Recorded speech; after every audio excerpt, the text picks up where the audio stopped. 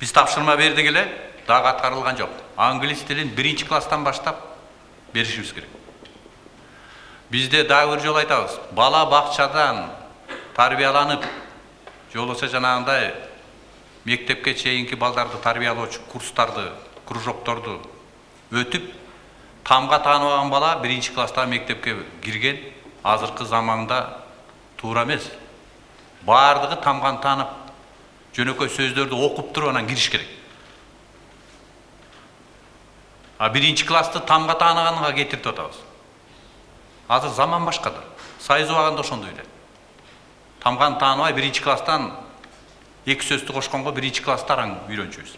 Азыр 6 жашта, 5 жашта уже балдар окуп, компьютерлик технологиялар менен иштеп атат. Азыр заман башка. Ошого жараша биз дагы 1-класстан баштап англис тилин, 1-класстан баштап жанагыдай тамга таануу эмес, окуу жагын күчөтүшүбүз керек.